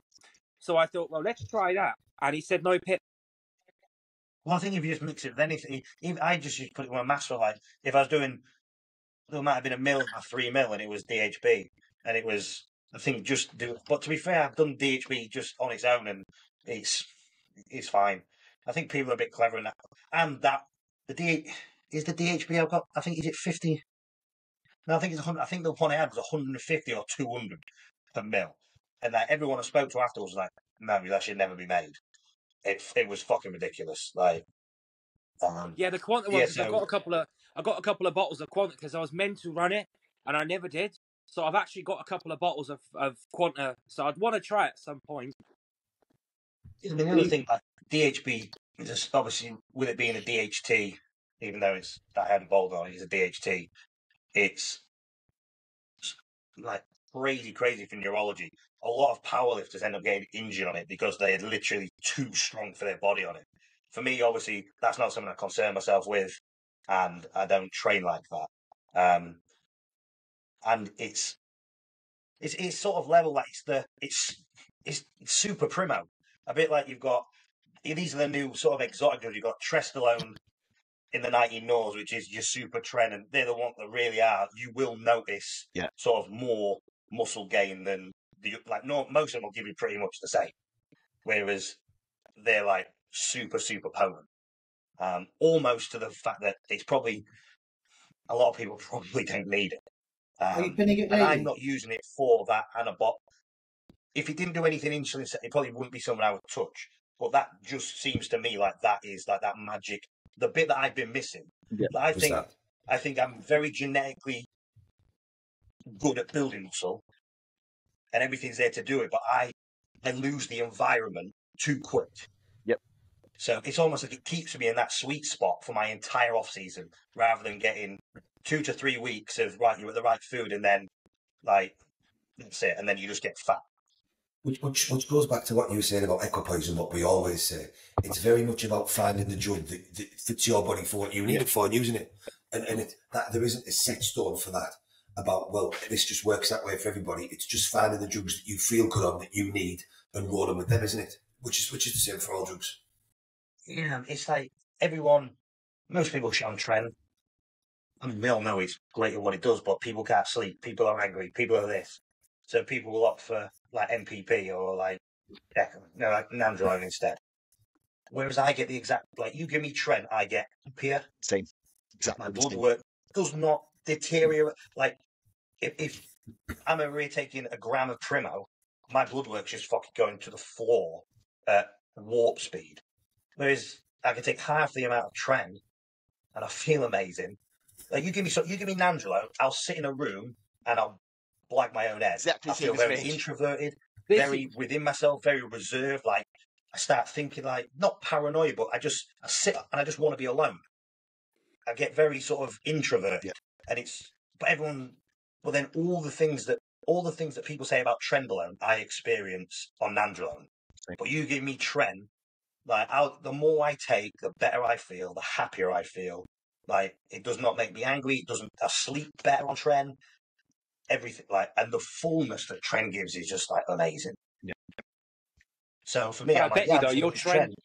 I bet you like your Tren dosages aren't stupid though. Like say like me and Dex kind of like the same sort of thing where we'll just put in like 100 mgs of Tren instead of what most people will do 300-400 in MPP. Like I'm the same way for MPP. I'm like I just get like angry, not angry, but like almost like sad for like no reason. Do you know what I mean? So what's your sweet? I'm doing 700 milligrams as of next week. Thank you very much. Cheers, Matt Tofton. So I'm going for that. Yeah. But it's interesting you say that because there's not many people I speak to, Matt, that have almost identical experiences as me with both those compounds. I'm exactly the same on Tren. I feel better neurologically. I feel better. I'm more positive. I'm clearer in my brain capacity, if that makes sense. The second I touch MPP, I'm the most confident person in the world. I second guess everything I'm doing, even the stupidest things like driving. MPP just has a really weird effect on my brain and how it functions. Odd. Yeah, I don't get, people, roid rage. The time my most angry is when I was on a bridge with the jugs alone, or even in prep. Like, I think people, because Tren's a prep drug, really, most of the time. Like, I don't even think that the only times I get angry on prep, angry is not even the word, short fused, is when my blood sugar's low. And that's like, and that can be transient during a day. You can feel great. You're out walking the dog, your blood sugar dips, and all of a sudden you're short as fuck. It's got nothing to do with any of the drugs. It's just your body saying, if that survival instinct kicks in, like your blood sugar's dropping, mate, go find some fucking food. Like you'll hunt, kill. It's instinct. Yeah. It's not, but then I think people get that and then associate that with. I mean, I do know some lunatics that when they take Tren, like I believe that is also a thing. But I also believe I think half the amount of people experience it just because they get told Exactly. Oh, you take Tren, you're fucked. So then it's almost like, cool. I'm allowed to be angry because I'm on Tren, and then they it's the Tren. No, control yourself. Like I think almost people just demand characteristics. Someone's told them you're going to feel like this when you take this, so they take that on. I think if you're a prick, they will just make you a bigger prick, and that's. Yeah, I mean, that's I think certain compounds, and it's not. I don't think it's specific to one compound. I just think if you have characteristics, I've got a pretty short fuse, but I think certain compounds will exaggerate that. Like for me, like anadrol, superdrol, like that's one of the that's where my fuse is the shortest by far. Like especially around that like pre-workout window and superdrol goes in, that's kind of the point where the trip to the gym and the road rage potential is extremely high for me.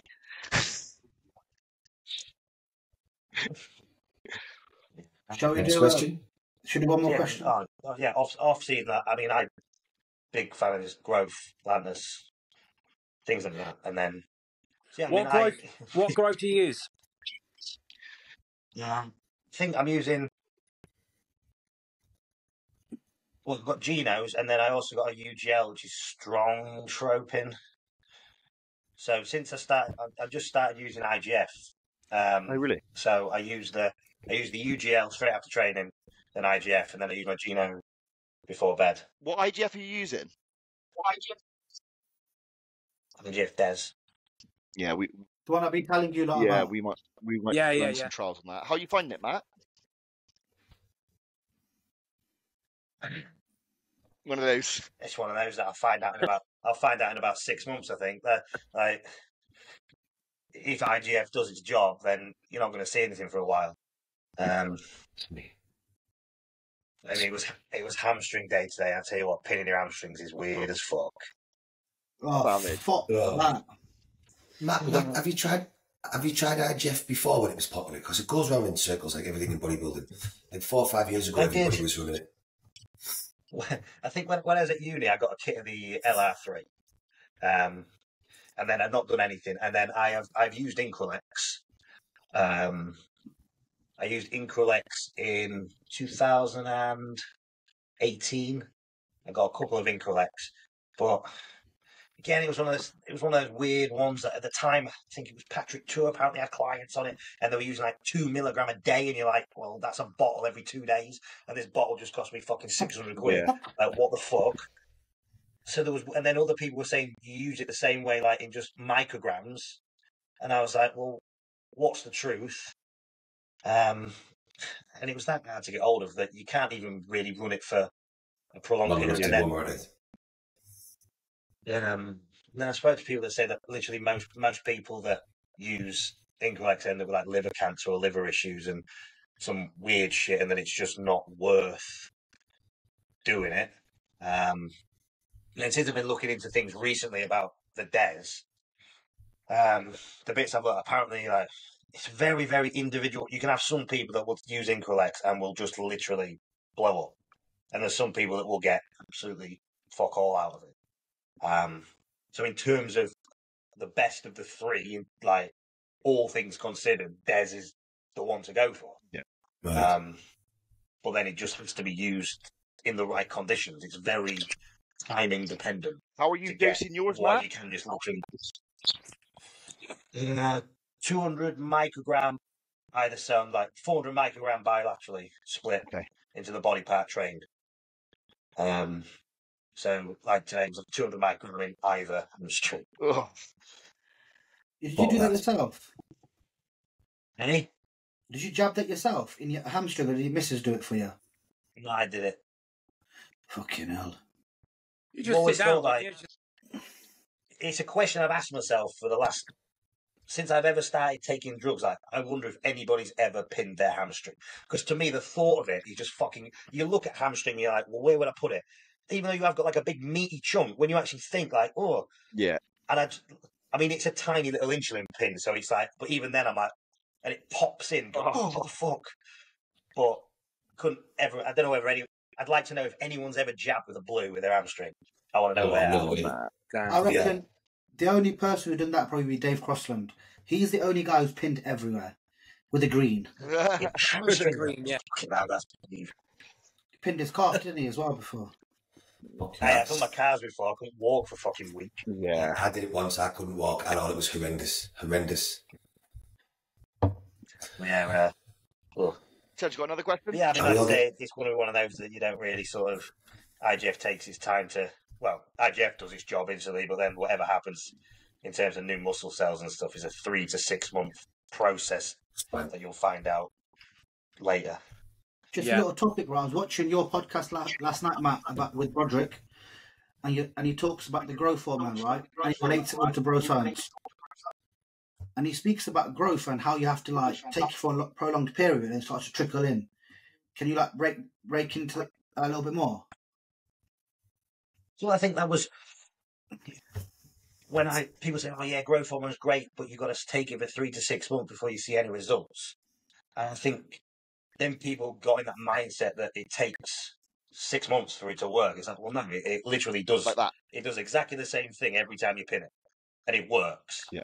But if the growth portion of GH is from the conversion to the growth factor, so your IGF-1, and then IGF-1 will go off and find the satellite cells and all that, and then muscle cell, if you create a new muscle cells, then it's got the way you get a nucleus and nucleus domain and all that kind of shit. So you got a little baby cell that's then got to mature, and it takes like 3 to 6 months for a muscle cell to mature. So if you lay the groundwork today, you're probably going to see that 3 to 6 months time. So I think that's a lot of people say, "Oh, that shit, that don't work," because you're not literally seeing it happen. Like, I guess it's like if you put some money in a bank account, it's got really high interest, and you go like, "Well, today, well, fucking hell, nothing happened." But if you go get it in a year, oh fuck! Like, I think too many bodybuilders are impatient and want acute results and don't understand that certain things are done in the background and it's just happening. If you can't feel what's going on, it's like, oh, this is shite, it doesn't work. It's the same as like the reason I use Lantus. I use a very low dose of Lantus every day to drive binding proteins and IGF. I don't feel that Lantus working. Nothing happens. But day after day after day, you just get that compound interest and it builds up. until that. And you can't for definite say that was the Lantis, because during that time you're taking your tren, and you're taking this and you're taking that. But I guess if you had parallel universe or twin brother, one just did the anabolics and one did it, like I would bet my house that the person that did the Lantis and the GH was going to be. I mean, you've only got to look at the people talk about all the time, like, oh, is it worth it? It's like, we'll go and look at the start of the 90s when the change in physiques between the 80s and 90s. We had all the steroids; they were all there. Nothing changed in that, but we introduced insulin and growth hormones in the equation, and everyone just fucking mutated. So if you need to see, like, do they work? Yeah, they fucking work. Yeah, I was watching a podcast earlier today, the first part of it with Roman Fritz on, and you'll all love this. So he was saying with Lantis, he only takes 100 IU because when you think about it, it's a 24-hour acting insulin. He says, so that only works out at about 4 IU a day. Sorry, 4 IU of insulin being released every hour, 24 hours in a day. So it makes loads of sense to not dose anything less than 100 IU. I thought that's fucking fantastic logic, that bit. I'll take that on board.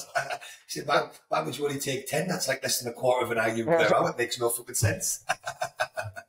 He was also saying he did a serostim load into the Olympia, a growth hormone load, and he was running 18 IU a day of serostim for the 10 days or 7 days into and this other guy, whoever he's doing the podcast with, this guy, who I've never heard of him before, we find this, reckons he's been taking 18 IU of serostim since March. That's Chase Irons, isn't it? How fucking... Chase Irons, that guy. Is that what it is? He's been running some big drug. He's blown the fuck up. He's blown the fuck up, bruv. That's a lot of 18. fucking money, though. That's what I was thinking. At the end of the day, that is the thing with GH. Literally, it's like, oh, what's the bet? Like, what's the best amount to take? The amount you can fucking afford. Because with GH, if you could take more, Take more. Like, less is more is bold. Like, more is more with GH. If you can afford it and you want to spend it, every RU extra you take will manifest in results down the line. Like, you might be watery as fuck and not be able to move your hands, but if you're willing to accept that, it's... More is better without a shadow of a doubt. 100%. More is better, more works. I'm going to message Martin right now. But I definitely do see an acute response here from growth hormone, even if it's just intracellular fullness. Like, I see a drastic difference within a couple of days from growth hormone for sure. Oh yeah, you know when you run out sometimes, it's like sometimes you run out and you could feel it, and then when the amateurs run out. Yeah. You know what? If I get a client that messages me and says, "Oh, I've run out of this," I'm like, "Well, fucking what?" Like, I'm prepared for a zombie apocalypse. I've got 2 years worth of anything. I don't know whether you can. We'll see the fridge. Oh, yeah, that's gold content here. Well, if there is a zombie apocalypse, I moved in with Tofton and just getting fucking jacked. Yeah. Let's all go for a sleepover at Matt's. Get him. It's a lot of Geno's Atlantis. That's my second fridge. My other fridge is full. Have you seen the difference? It winds me up when people run out of, like, I've given you your drugs. This is your drugs for 16 weeks. What do you mean you ran out? Like, you're not a bodybuilder. Yeah, you're a wet ass. Matt, have you realised the difference between switching over to the farmer grade? Well, I've never switched. I've always run farmer. Okay. But I've added, when I was on prep, I had Sizan and Omnitrope, and I was doing 8 IU a day. And then when I came onto this bridge, I just dropped down to 4. But then with the DES, you need to create that environment. So you need to, like, sort of precede it with GH. So I just used, I got the 10 IU bottle. So I was just doing, well, they tested it like 11 point something. So I just use a third of one straight after training. So it's about 3.5, 3.6 IU or whatever. And then I keep, what I have noticed is I am a little more watery from the Chinese stuff. I mean, that could just be because I've doubled the growth. Yes, he does. But I know I was, Broderick was saying the other day that, like, he's noticed that the stuff coming out of China the past year, you're still getting the exact same effect of the growth, but I can't remember what he said. Something like it being cross something. Basically, you get a little bit more water retention from it. You still get the exact same GH-ness, the good stuff, but you get a bit more water.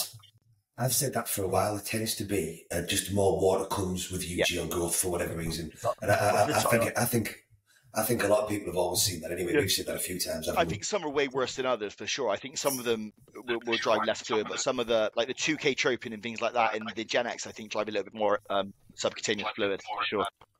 Yeah. Risky way for me. Are we doing any more questions? Yeah, we might as well do one more and wrap it up. Yeah. Wait till Matt comes back and we'll do one more. Right? Yeah. Thing is, we got about 45 fucking questions, maybe even more. Can you screenshot them, chuds, and then next podcast we'll just do a question only one again. Well, next time there'll be more. I feel like people just send the same questions and we just never answer them. Yeah. Next time we'll do a surefire question thing, and with the aim of seeing, we'll keep a log and see how many questions we can get through as a game. Yeah. Well, why don't you have a look through now the questions, see if there's any good ones? But alright, yeah.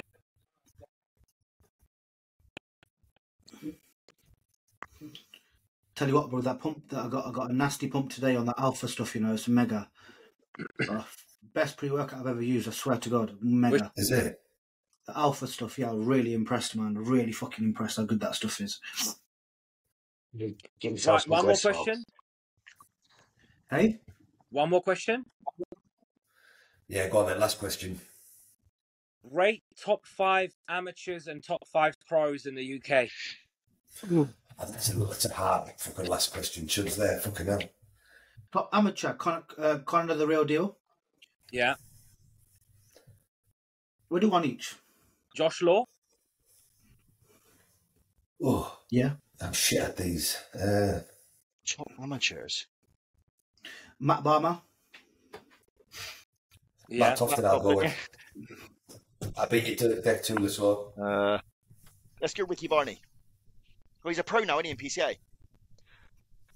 Yeah, that's not pro. That doesn't count. Yeah, but that's not like... Yeah, I'll go Ricky Barney. Obviously, this is like... When you get asked this question, I always think... Then all of a sudden you'll watch a show and you're like, oh shit, that guy. Yeah. And when you realise it's actually like, you're like, oh shit, I missed him off, or oh, I didn't even know about this guy. Yeah. Like, who was the... Is it... That actual pro one of the guy? Vine brothers. He's phenomenal. Who is it? Who? Sorry? Is it Vine? There's two brothers. The kid who won the heavyweights. Oh, yeah, Callum. Callum. Yeah, Callum. Yeah, because Callum and Ellis, is it Ellis? He's both like Ellis coaching. Yeah. That guy's got a phenomenal physique. Yeah. And he's been out of the game for a while and just did a comeback. And it's like, it's almost like if someone hasn't competed in the last 6 months, forget about them. You forget about them. Or I don't know. It's yeah, but the guys that kind of like come to mind first, you know, you got like Connor and you got like all these guys that kind of like are always on the scene, always competing. They're kind of the ones that always like kind of come to mind. I think my mate Courage will be pro next year. When he showed the PCA show. Well, was he £240 on stage? Yeah, and he's only 26. Yeah, it doesn't translate in his pictures like how big he is if he's 240 pilled. He was massive. What about top pros then? Yeah. What about top pros then? The one I think is going to have the biggest impact on the pro scene is Jordan Gomez. Yeah, I was just about to say the same. I was just about to say the same. Yeah. And Luca Pola, I think he's very good. Yeah, we're talking about all of our pros. Yeah, surely Samson and Nathan. Yeah, but not Samson, James, fucking. If we're talking the top 5, like I don't, but it's obvious. Yeah. Like I think they're probably asking like kind of the new the newer pros. No, it just says top 5 pros. Yeah, because in that case, you know, you got like Nathan, Samson, like James. Obviously, they're going to be the ones. God, did you see that Beirut guy in that show? He looked fucking bonkers. Yeah. He looked crazy. Yeah, I think a lot of people with it. Like, I saw a few people. Obviously, because most people went into that show thinking, well, it's obviously Samson and Nathan, 1 or 2. But that guy would have done some damage if he could get his visa. Like every single year, he misses, or the past couple of years, he's missed out. He's such a good physique, and then everyone's like, "Oh, it was bollocks." Like, no, He's that fucking good, and he would have been up there at the Olympia, but he just can't get there. Like the qualifiers that he's done. I can hear you tapping. Is he with Milos? Yeah, he's with Milos. Yeah, He's just fucking incredible. Like, he's one of the guys that I really wanted to see it. Like, stood next to everyone at the Olympia. I wasn't. He made some massive improvements though, because he went up against Brett Wilkin, I think, and Brett beat him last time, and it was close. That Beirut, it was on that show against Nathan, was worlds apart from that showing. Yeah, but I also think that decision was very suspect, not political. No, they knew he wasn't going to the Olympia. So if he won, that's a waste of a qualification. Brett never went anyway. But I think that was the decide. It wasn't the fact that he was great and he was close. But I think if that guy had a visa, he would have had the nod. I agree with that, because he would have done better on the Olympia stage. I think that was clever. They knew he wasn't going, so they went, let's give someone else the ticket. Yeah, but Samson obviously won, and he already qualified. You know what? I seen in the pictures. I was a bit underwhelmed by Samson. Then I seen a video of him walking across the stage earlier from like a side angle. That bloke looked fucking bonkers, crazy. Yeah, I think Samson he don't get shit on. Obviously, he's brilliant, but what people are asking from Samson is something that he's never ever going to give you. No, he's not. He's got very black man like rhino skin. Yeah. If you stood 4 yards away from him, you would think, what the fuck is he made of? Yeah. But when you're looking at it on pictures, on the TV, he's just out of shape. He's this and that. He's like, he's fucking not. He's an Olympian. Yeah. But he's never going to have that detail that... He's never going to be like a months of detail. He's never going to have that grain because he's genetically amazing. He's got the progress. Look at all that muscle. He can't have everything, and he's never going to have lines. His glutes are rock hard and they are lean. There's no fat to come off, but people think he ain't got lines in his glutes, so he's not in condition. Like, they're not grooved like Flex Lewis. Like, and I think people he just needs to get in condition. I actually think they tried to take him in because he wasn't as full at the weekend. And I don't know whether they're using these shows to trial some stuff or whether they're just collecting some cash. Or a bit of both. But he was definitely a little flatter. But I saw a very good quality video. And you could see the graininess there. Like, it was all there. But he's never going to have... And no one's going to have fatty detail. No. Like, but it's almost like people go, well, if he's that's what you should have. Yeah. Yeah. But does he need it to truly challenge for the Olympia? Does he need to have that to win an Olympia? Who's that? Samson. I don't think Samson wins an Olympia now.